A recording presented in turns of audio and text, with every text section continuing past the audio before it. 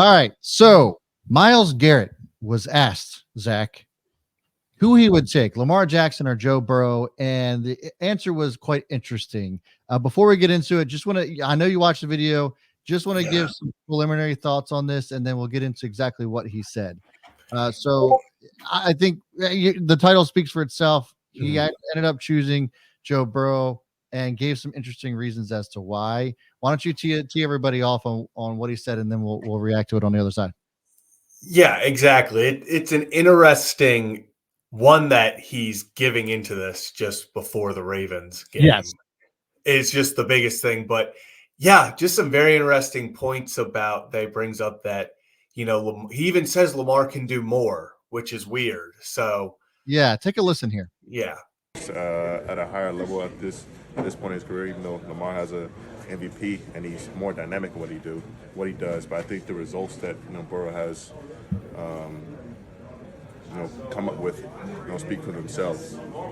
Not saying that that can't change any given day, but I'd give Burrow the nod for what he's been able to accomplish.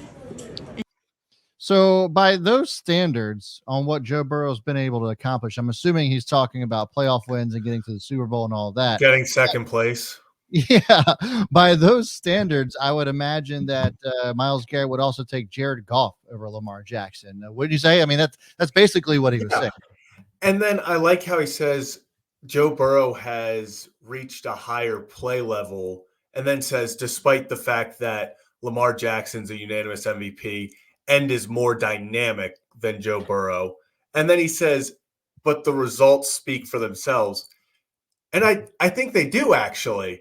Lamar Jackson is 56-23 in his career. Joe Burrow's 29-20-1. So it seems like the results are very much speaking for themselves. Lamar Jackson's a winner. Yeah, for sure.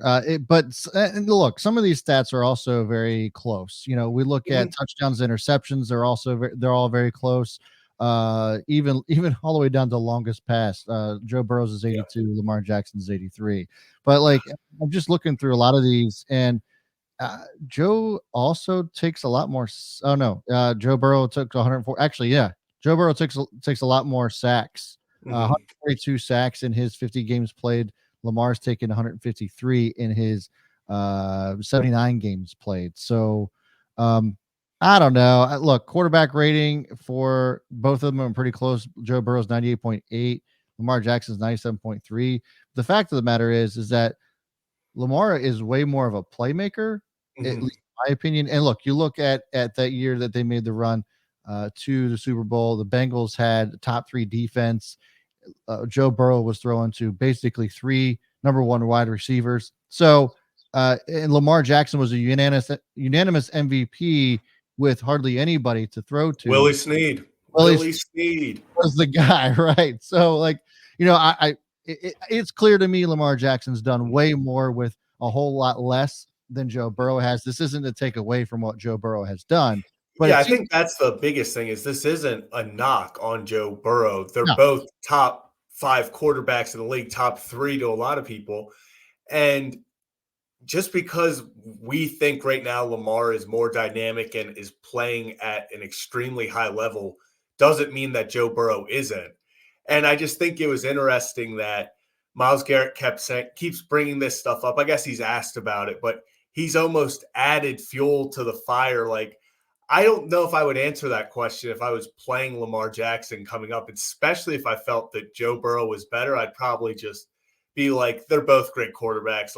We got to see one. It's just crazy, especially we've seen Lamar come back from criticism and, he hears stuff. So it'll be interesting to see.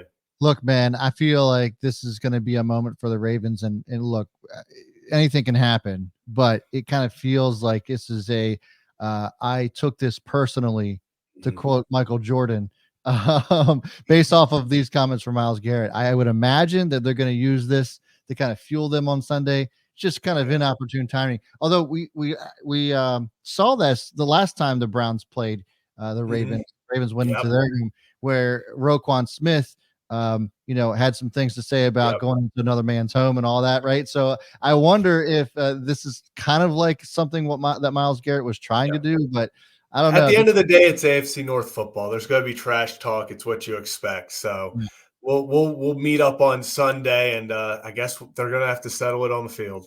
Yeah, absolutely. Let us know what you guys think about these comments. Are they being overblown, or does Myles Garrett have a leg to stand on here? To me, in my opinion, based off of the reasons he gave, didn't make much sense. Yeah. But you guys be the judge. Let us know in the comments below. We'll be back on Monday. We're going to be live streaming then. So make sure you guys are tuning in. Hit that subscribe, hit that notification bell, and have yourself a great weekend. See you guys.